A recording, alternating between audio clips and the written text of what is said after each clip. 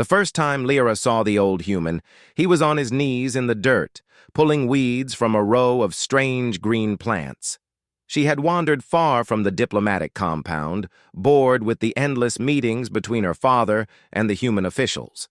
The frontier colony of Arathea 7 was supposed to be exciting, a new world full of wonders. Instead, she found herself trapped in cold metal rooms, listening to politicians talk about trade agreements. So she walked. She walked past the main settlement, past the busy markets and the loud construction zones, until she reached the quiet farmlands at the edge of human territory. That was where she found him. Park Dong-soo did not look up when she approached. He simply continued his work, his wrinkled hands moving slowly but steadily through the soil. Lyra stood at the edge of his small farm and watched him with curiosity. She had never seen a human this old before. His hair was white like fresh snow, and his skin was folded with deep lines. He moved carefully, as if his body might break if he pushed too hard. Among her people, the Velthrani, such weakness would be shameful. The Velthrani lived for 400 years, and they valued strength and power above all things. An elder who could not fight or lead was worthless. But this old human seemed perfectly content to kneel in the dirt and pull weeds. Lyra found it fascinating and a little bit sad. She cleared her throat loudly. The old man finally looked up, and Lyra was surprised by his eyes. They were dark brown, almost black, and there was something in them she could not name. Not fear, not anger, not even surprise, just a calm, quiet awareness, like a still pond on a windless day. "Hello," he said in the common trade language. His voice was rough but warm. "You are far from home, young one." Lyra lifted her chin proudly. She was the daughter of Ambassador Kith, one of the most powerful diplomats in the Velthrani Empire. She was not used to being called young one by anyone, especially not a primitive human farmer. "I am exploring," she said. "This world is very boring. I needed to find something interesting." The old man laughed. It was a real laugh, full and genuine, and it made the lines on his face deepen in pleasant ways. "And you found an old man pulling weeds. I am sorry to disappoint you." He stood up slowly, brushing dirt from his knees. Lyra noticed that he was taller than she expected, even though his back was slightly bent with age. He gestured toward a small wooden house behind him. "Would you like some tea? I do not get many visitors out here." Lyra should have said no. Her father would be furious if he knew she was socializing with common humans. But something about the old man's gentle manner made her curious.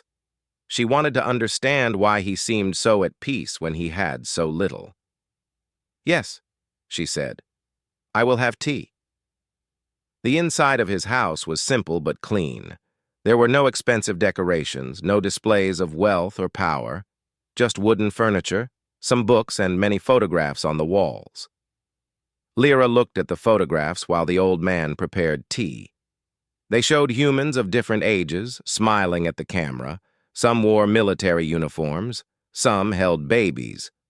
One photograph showed a young man with sharp eyes and a serious face, standing in front of a burning city. "That was a long time ago," the old man said, noticing her gaze. He handed her a cup of tea. "Please sit." They sat at a small table near the window. Outside, the alien sun was beginning to set, painting the sky in shades of orange and purple. Lyra sipped her tea carefully. It was bitter but not unpleasant. "Why do you live here?" she asked. "Alone, so far from your people?" The old man smiled. "I like the quiet. I spent many years in loud places, busy places. Now I prefer the sound of wind and growing things." Lyra did not understand. Among the Velthrani, isolation was a punishment, not a choice. Power came from connections, from networks of influence and control. A person who lived alone was a person who had failed. "That seems very sad," she said honestly. The old man shook his head. "Not sad. just different. Humans and Veltrani, we see the world in different ways. You measure life in years and achievements. We measure it in moments and memories. Lyra returned to the farm the next day, and the day after that. Each time she told herself it would be the last visit. Each time she found herself walking back down the dusty road to the old man's small house. Park Dong-soo never asked why she kept coming. He simply welcomed her, offered her tea, and continued his work. Sometimes she helped him in the garden, learning the names of earth plants he was trying to grow in alien soil. Tomatoes, peppers, something called cabbage that she found deeply ugly but surprisingly tasty when cooked. He told her stories about Earth, a planet she had never seen.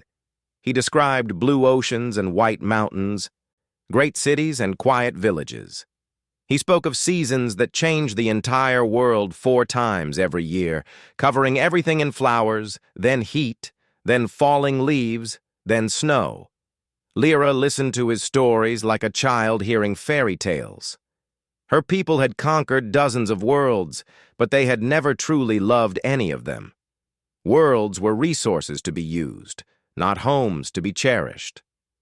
The way this old human spoke about his birth planet was almost like a prayer.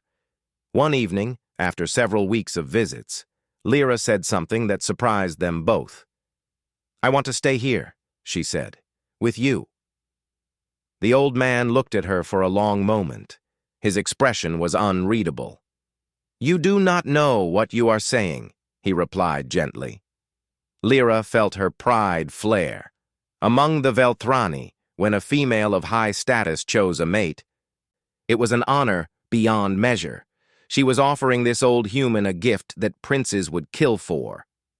"I know exactly what I am saying. I want to be your bonded mate. I want to stay on this farm and learn your ways and be with you until the end of your days." Park Dong-soo did not look honored. He did not look surprised.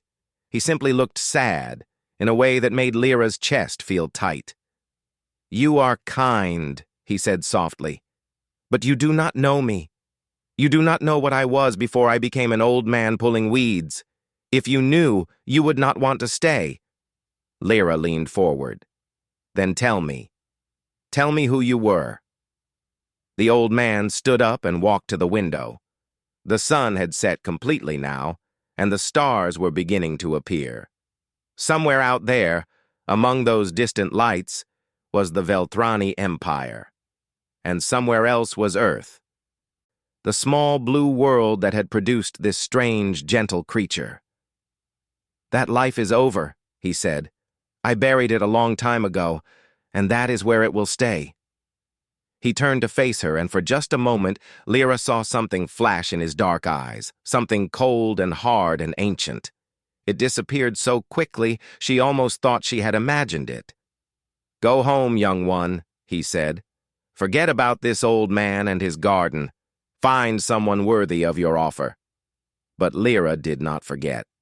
She could not forget, because in that one brief moment, she had seen something that both terrified and fascinated her. Behind the gentle smile and the weathered face, there was something else. Something that did not match the peaceful farmer she thought she knew. She would discover the truth, no matter how long it took.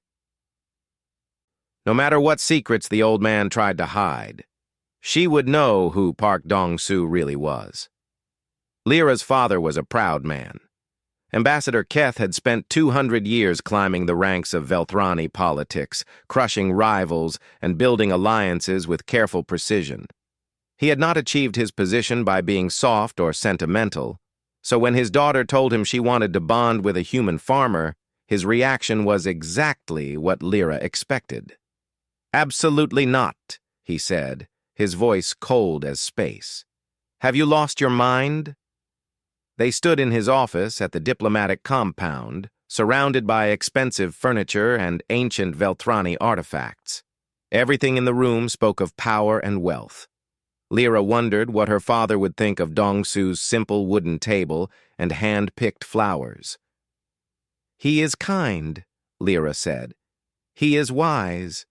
He treats me with respect. He is a short lifer, Keth spat. A primitive creature from a primitive species. He will be dead in 10 years, maybe less. You would waste your youth on that? Lyra stood her ground. Velthrani males are arrogant and cruel. They see me only as a tool for political marriage. Dongsu sees me as a person. Keth slammed his hand on his desk. Because he does not understand what you are. He is a farmer, Lyra. A farmer on a backwater colony. He has nothing to offer you. He offers me peace, Lyra said quietly. He offers me honesty. When was the last time any Velthrani male offered me those things? Her father stared at her for a long moment. Then he took a deep breath and forced himself to calm down. Keth had not survived 2 centuries of politics by losing his temper. I will arrange meetings, he said finally. Proper suitors from proper families. You will attend these meetings. You will give these males a fair chance, and you will forget this ridiculous obsession with the human. Lyra knew there was no point in arguing. She nodded and left her father's office, already planning her next visit to the farm. Over the following weeks, Keth brought a parade of Velthrani suitors to meet his daughter. They came from powerful families with impressive titles and vast wealth. They spoke of their conquests and achievements, their political connections and military honors. Each one looked at Lyra like she was a prize to be won, a stepping stone to greater power. She hated every single one of them. After each meeting, Lyra would escape to Dongsu's farm, where the old man would listen to her complaints and offer her tea and cookies he had baked himself. He never judged her. He never told her what to do. He simply listened, and somehow that was enough. One afternoon, Lyra arrived at the farm earlier than usual. She found Dongsu working in his field, stripped to the waist in the warm sun. She had never seen him without his loose farming clothes before, and what she saw made her stop in her tracks. His body was covered in scars, not 1 or 2 small marks, but dozens of them. Some were thin lines, pale against his aged skin. Others were thick and twisted like melted wax. There were circular scars that looked like burn marks and jagged ones that looked like something had torn through his flesh. They covered his chest, his back, his arms, a map of violence written on human skin. Lyra must have made a sound because Dongsu looked up and saw her staring. For a moment, something flickered across his face. Not shame, exactly. Something more like resignation. He slowly reached for his shirt and pulled it back on. You came early, he said, his voice carefully neutral. What happened to you? Lyra whispered. Life happened. He turned back to his work. I told you, young one, you do not know me. That night, Lyra could not sleep. She kept seeing those scars in her mind, trying to understand what could have caused them. She had seen wounded soldiers before, veterans of the Velthrani military campaigns. But none of them carried marks like that. Those scars spoke of years of violence, years of pain. She needed answers. The diplomatic compound had access to vast databases of information, including intelligence files on human history. Lyra was not supposed to access these files, but her father had taught her well. She knew how to bypass security systems and cover her tracks. She spent hours searching through records looking for anything related to human military history. What she found made her blood run cold. The 30-year contact war. It had happened before Lyra was born, before humans and Velthrani ever met. A species called the HFY Dominion had invaded human space, seeking to conquer or exterminate this young species they considered inferior. The Velthrani knew of the HFY. They were brutal, relentless, and technologically advanced. The Velthrani had spent centuries carefully avoiding any direct conflict with them. But the humans had not avoided conflict. They had fought. Lyra read report after report, her eyes growing wider with each page.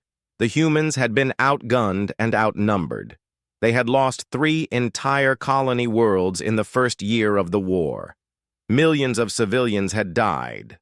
By any reasonable calculation, they should have surrendered. They did not surrender. Instead, they fought harder. They developed new weapons, new tactics, new ways to kill. They turned their own bodies into weapons, charging into enemy lines with nothing but rage and determination. The war lasted 30 years, and when it ended, the Kethivore dominion was broken. Not defeated. Broken. They never recovered as a species. One phrase appeared again and again in the intelligence reports. Humans do not surrender. Humans do not break. Lyra searched for Park Dong-soo in the military records, but found nothing. It was as if he did not exist before arriving on Arathea 7. She tried different search methods, cross-referencing ages and origins, but the old farmer was a ghost. No birth records, no service history, no family connections. Someone had erased him from history. Lyra leaned back in her chair, her mind racing. Why would someone erase a simple farmer from military records? Unless he was not a simple farmer at all. Unless those scars on his body came from the same war that had terrified the entire galaxy. She thought about the old man she knew, his gentle hands in the garden, his quiet laugh, his patient way of explaining things. And then she thought about the Velthrani intelligence assessment she had found buried in the files. Recommend avoidance of direct military confrontation with humans indefinitely. The mighty Velthrani Empire, conquerors of dozens of worlds, were afraid of humans. And Lyra was beginning to understand why. She returned to the farm the next day, but she did not ask about the scars. She was not ready for that conversation yet. Instead, she watched Dong-soo more carefully. She noticed things she had missed before. The way he always sat with his back to a wall.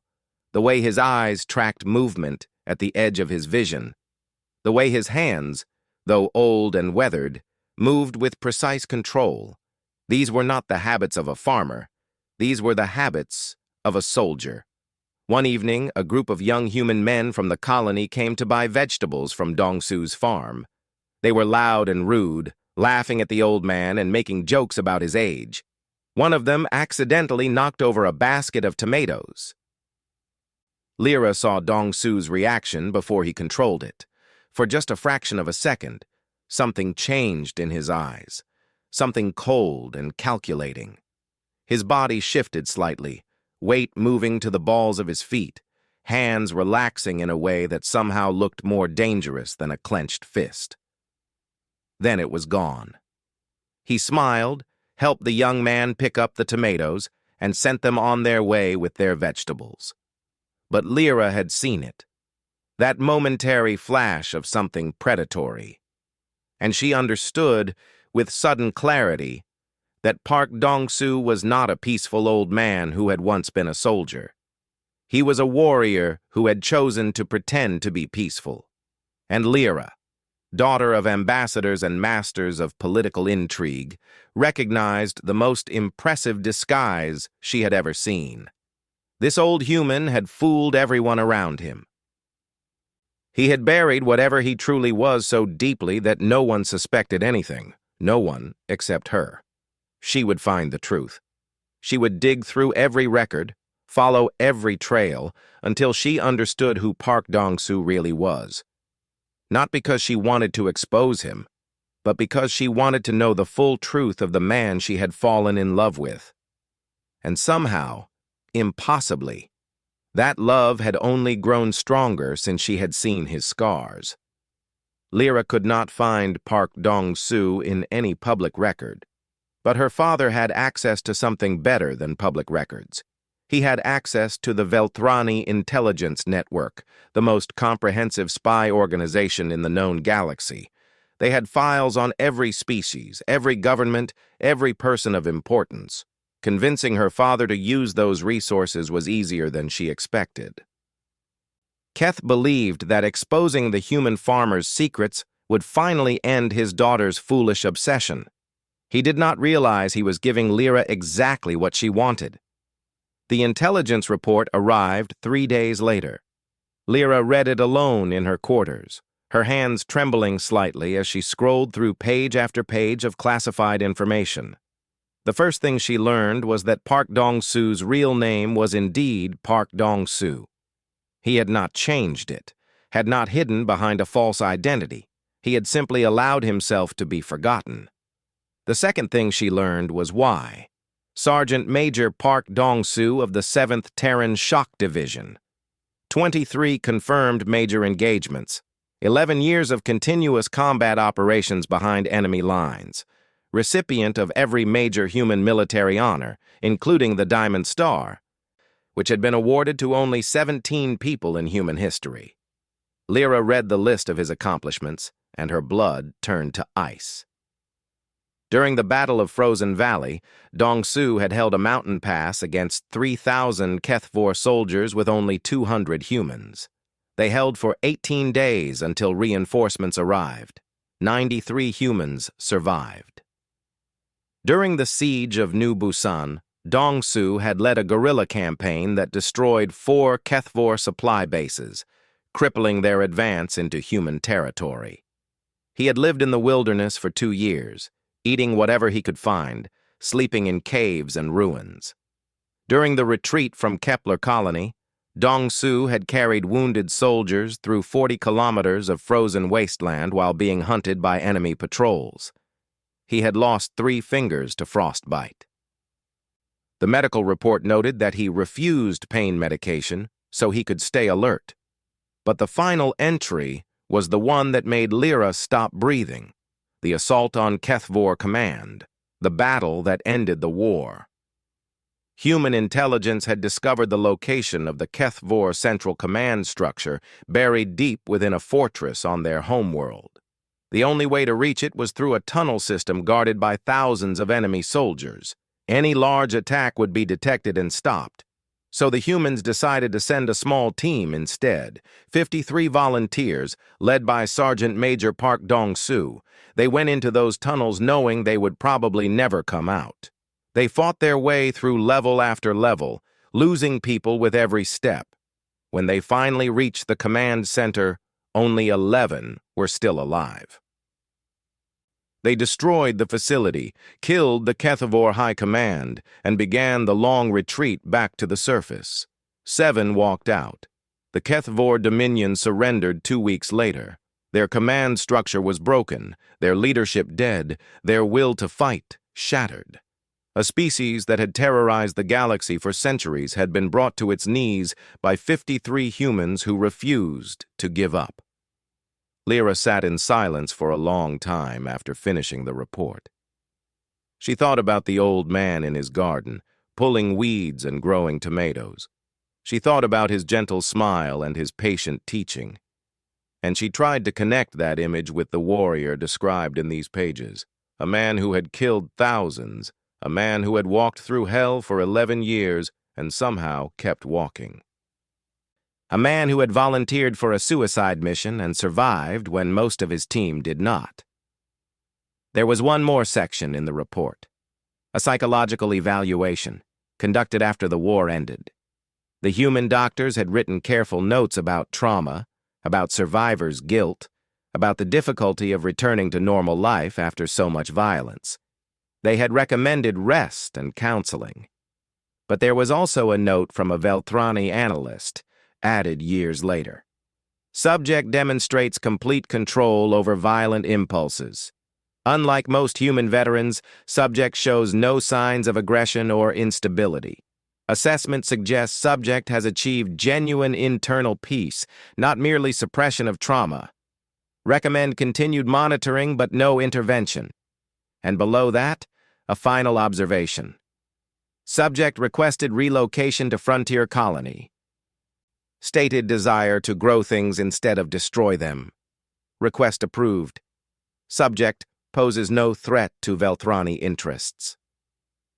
Lyra closed the report and stared at the wall of her quarters. The mighty Velthrani, who conquered worlds and crushed civilizations, had decided that one old human farmer posed no threat to their interests. They had no idea what they were looking at. The next day, Lyra went to the farm. Dong-su was sitting on his porch, drinking tea and watching the sunset. He did not seem surprised to see her, even though she had not visited in several days. "You found it," he said. It was not a question. Lyra sat down beside him. Her heart was beating fast, but her voice was steady. "Why did you not tell me?" Dong-su took a slow sip of his tea. "What would I have said? That I killed thousands of people? That I spent 11 years learning to be a perfect weapon? That I volunteered to die because I did not think I deserved to live?" His voice was calm, almost peaceful, as if he was discussing the weather instead of years of blood and death. "I came here to escape that life," he continued. "I wanted to prove that a human could be more than just a soldier, that I could create instead of destroy. Every seed I plant, every vegetable I grow, is proof that I am more than what the war made me." Lyra felt tears forming in her eyes. She had expected to feel afraid of him after learning the truth. Instead, she felt an overwhelming sadness for everything he had suffered. "You are not a monster," she said softly. Dong-su smiled, but there was no joy in it. "I was. For 11 years, I was exactly what my people needed me to be. A weapon, a killer. The HFY called me the ghost of Frozen Valley. They told their soldiers that I was a demon who could not be killed." He looked at his hands, old and weathered and scarred. "But demons do not plant gardens. Demons do not make tea for alien girls who wander onto their farms. I am trying to be something different now. I am trying to earn the peace that I stole from so many others." Lyra reached out and took his hand. It felt fragile in her grip, thin bones beneath paper-thin skin. But she knew now what those hands had done, what they were still capable of, if pushed. "The Velthrani are afraid of humans," she said. "I read it in the intelligence reports. They recommend avoiding military confrontation with your species." Dong-su nodded slowly. "They are wise. Humans are not like other species. We burn too bright and too fast. We do not know how to surrender, how to accept defeat. When we fight until there is nothing left." He turned to look at her, and his dark eyes were full of something she could not name. Sorrow, perhaps, or wisdom bought with too much pain. "That is why I hide what I was," he said, "because if people knew, they would never see the farmer. They would only see the weapon, and I am so tired of being a weapon." Lyra leaned her head against his shoulder. They sat together in silence, watching the alien sun sink below the horizon. Two people from different worlds, different species, different lives. But in that moment, they understood each other perfectly. "I do not care what you were," Lyra said finally. "I care what you are, and what you are is the kindest person I have ever met." Dong-su did not respond. But his hand tightened slightly around hers, and Lyra knew that was enough.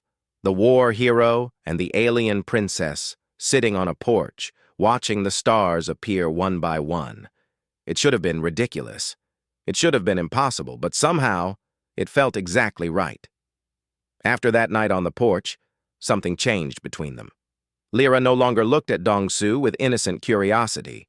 She saw him clearly now, all of him, the gentle farmer and the deadly warrior existing together in the same aging body. And somehow, impossibly, she loved him more for it. She began spending more time at the farm. At first, she told her father she was studying human agriculture. Then she stopped making excuses entirely.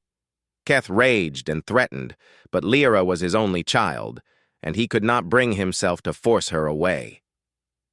Eventually, he settled into cold disapproval, hoping time would cure his daughter's madness. Dong-su never asked her to stay. He never asked her for anything. He simply accepted her presence the way he accepted the sun and the rain, as something natural and good. They worked side by side in the garden, ate meals together, watched sunsets from the porch. Slowly, piece by piece, he began to tell her his story. He told her about his childhood in Korea, a small country on a small continent on the small blue world called Earth. He told her about his mother, who had taught him to cook, and his father, who had taught him to work with his hands. He told her about his wife, Mina, who had died of illness before the war began. "She never saw what I became," Dong-Su said one evening. They were sitting in his kitchen, sharing a simple meal of rice and vegetables. "I think about that sometimes, whether she would have been proud of me or horrified." "She would have been proud," Lyra said without hesitation. Dong-Su shook his head. "You did not know her. Mina was gentle like you. She believed in peace, in kindness, in the goodness of people. If she had seen me during the war, seen the things I did..." He trailed off, staring at his plate. "What things?" Lyra asked quietly. For a long moment, Dong-Su did not answer. Then he put down his chopsticks and looked at her with eyes that seemed 1,000 years old. "I killed a child once," he said. "A Kethvor child. No older than 10 years. He had picked up a weapon and was pointing it at one of my soldiers. I did not hesitate. I did not think. I just acted." His voice was flat, empty of emotion. "The weapon turned out to be broken. It could not have hurt anyone, but I did not know that until after the child was dead." Lyra felt her stomach turn, but she did not look away, did not pull back. She had asked for the truth. She owed him the courage to hear it. "I do not tell you this to earn your pity," Dong-Su continued. "I tell you because you need to understand what war does to people, what it did to me. I made choices that I cannot undo, cannot forget, cannot forgive. I carry those choices with me every day." "But you try to be better," Lyra said. "You grow things, you help people. You saved your species from extinction." Dong-Su laughed, but there was no humor in it. "Humans do not see it that way. We do not celebrate war heroes the way other species do. We know too well what heroism costs. Every medal I received, every honor they gave me, I paid for in blood. My friend's blood, my enemy's blood." He reached across the table and took her hand. His grip was gentle but firm, and Lyra could feel the calluses on his palms, the slight tremor that age had brought to his fingers. "You asked me once why I live alone," he said. "This is why. I have too much death inside me. I did not want to share that darkness with anyone else." Lyra squeezed his hand. "You are sharing it with me now." "Yes." His voice was barely a whisper. "And I am selfish enough to be grateful that you stayed." The weeks passed, and Lyra learned more about human life than she had ever thought possible. She learned that humans measured time in days and weeks and months, not centuries like the Velthrani. She learned that they celebrated birthdays every year, marking the passage of time as if each year was precious. When Dong-Su's 79th birthday arrived, Lyra insisted on celebrating. She cooked a meal using his recipes, decorating the table with flowers from his garden. It was clumsy and imperfect, but Dong-Su looked at her with such joy that she felt her heart might burst. "No one has celebrated my birthday in 15 years, he said, his voice thick with emotion. "Thank you." They ate together, and Dong-Su told her stories about birthdays from his past. The cake his mother made every year. The party his soldiers threw for him on the front lines, using ration packs and stolen enemy supplies.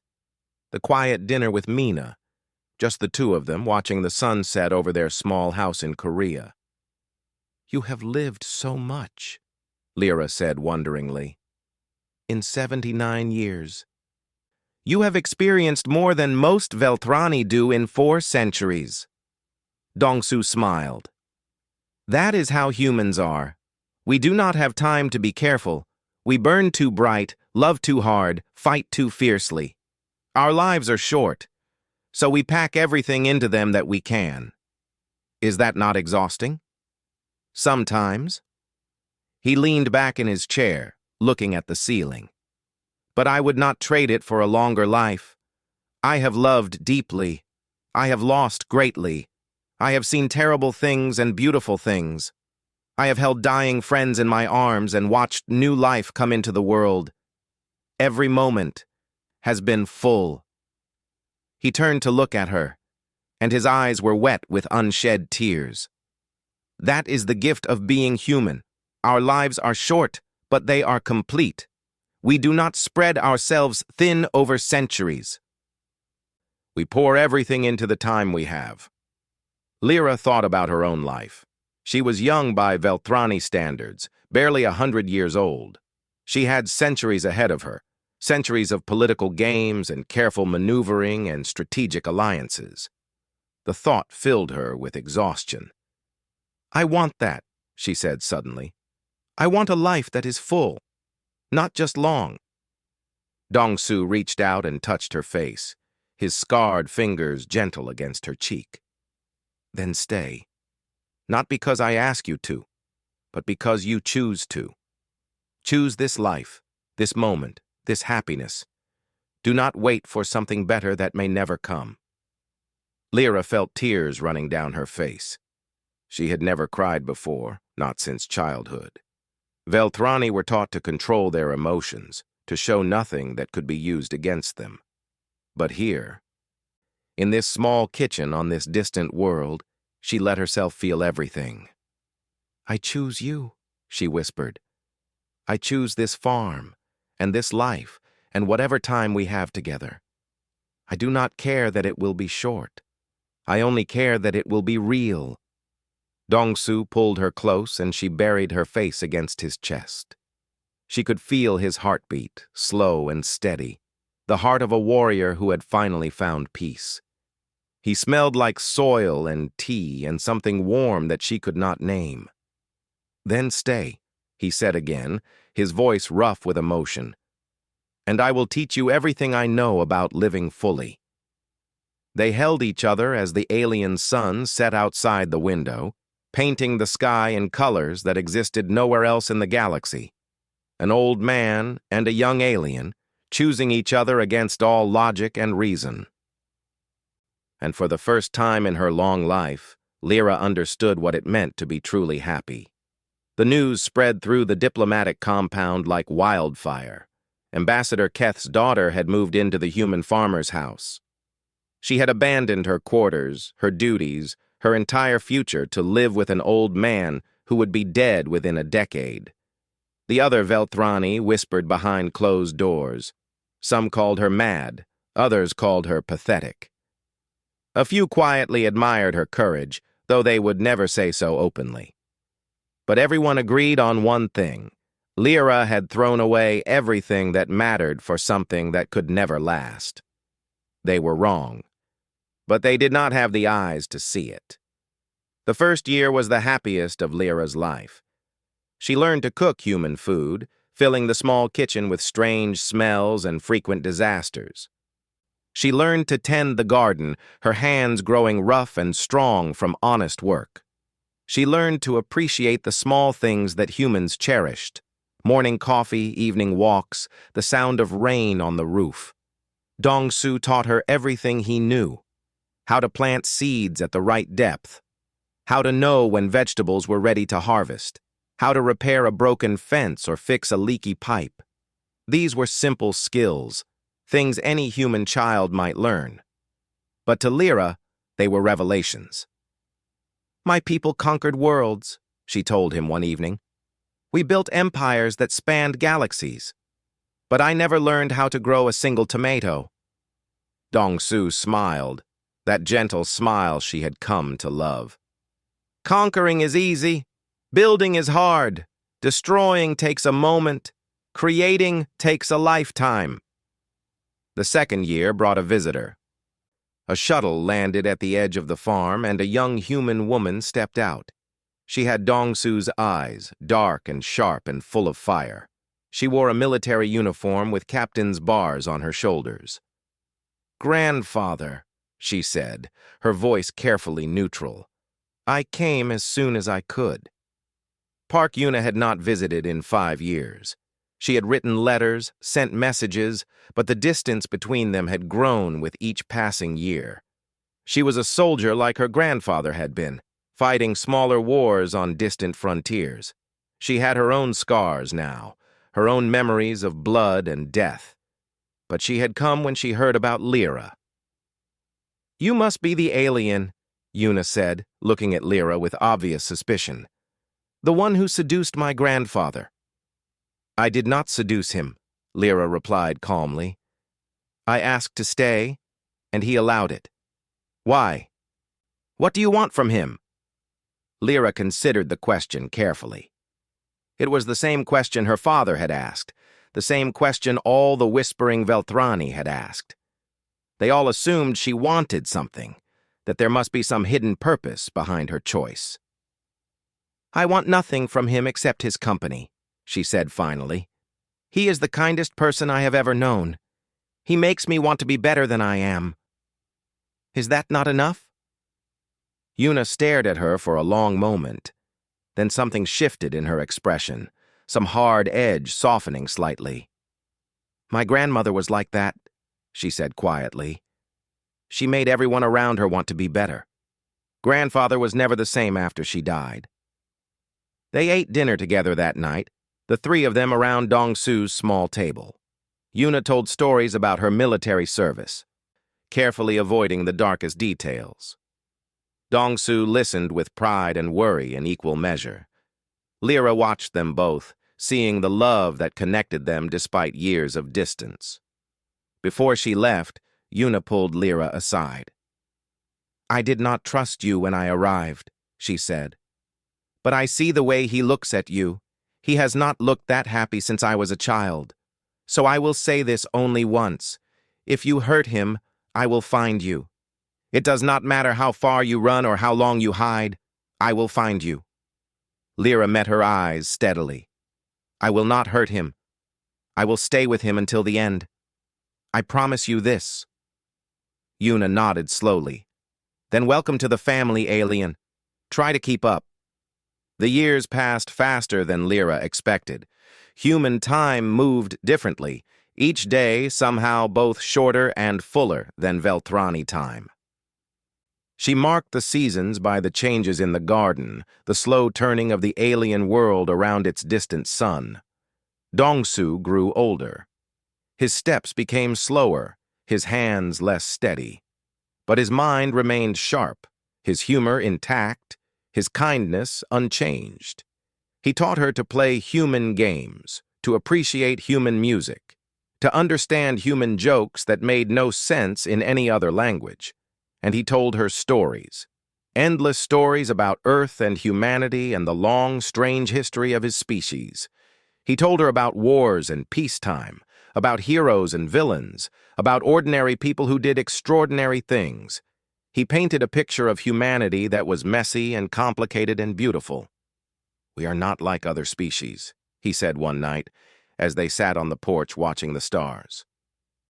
"We do not have the Velthrani's patience or the Kethvor's discipline.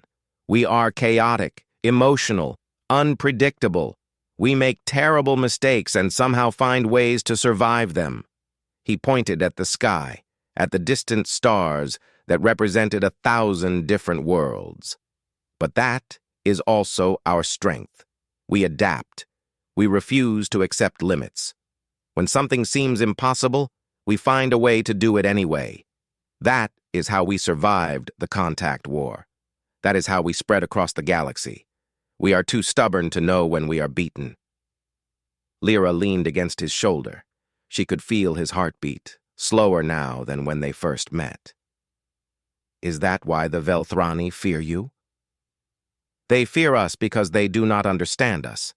They measure everything in logic and calculation, but humans do not follow logic when we are fighting for what we love. We become something else entirely, something that cannot be predicted or controlled." He turned to look at her, and his eyes were full of the same fire she had seen on that first day, burning behind the gentle surface. "That is what I was in the war.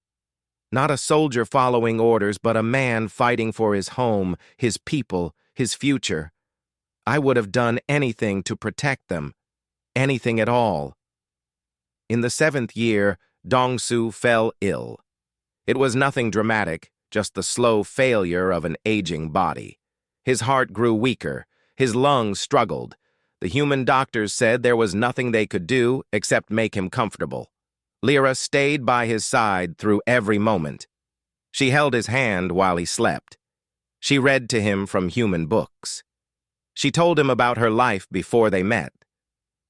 The empty centuries of political games and meaningless achievements. "I wasted so much time," she whispered one night, when he was too weak to respond. 300 years of nothing, waiting for something real. And then I found you, and suddenly every moment mattered. Dongsu's eyes opened slowly. He looked at her with such love that she felt her heart breaking. "Not wasted," he said, his voice barely audible. "You were waiting. Waiting for this, for us." He took her hand, his grip weak but steady. "I was so tired when you found me. Tired of the memories, tired of the guilt, tired of living in a world that seemed so empty after the war." He smiled, and it was the most beautiful thing Lyra had ever seen. "You gave me a reason to keep going. You showed me that there was still joy to be found, still love to be given."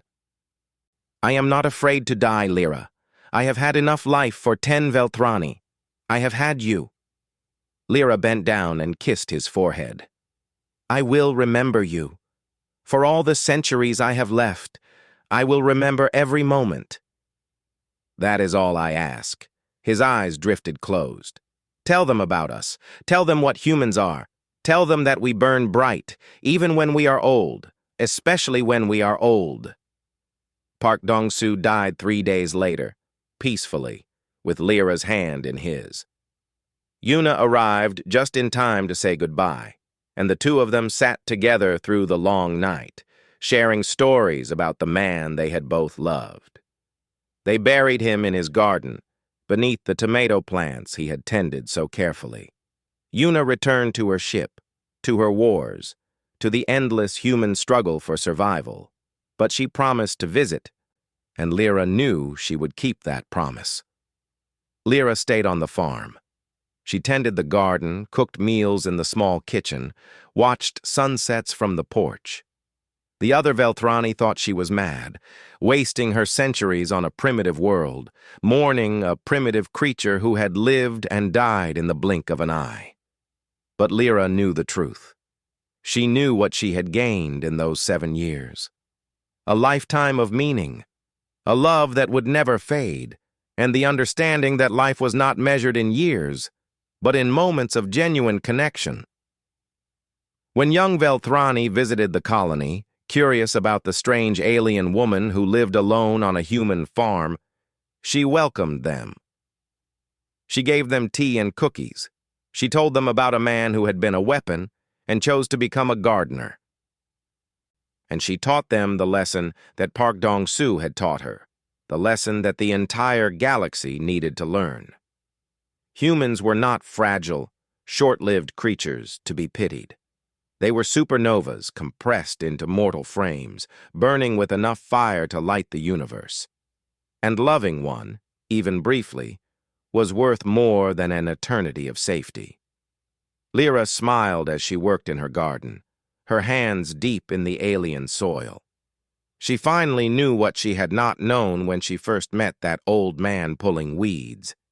She knew what it meant to be truly alive.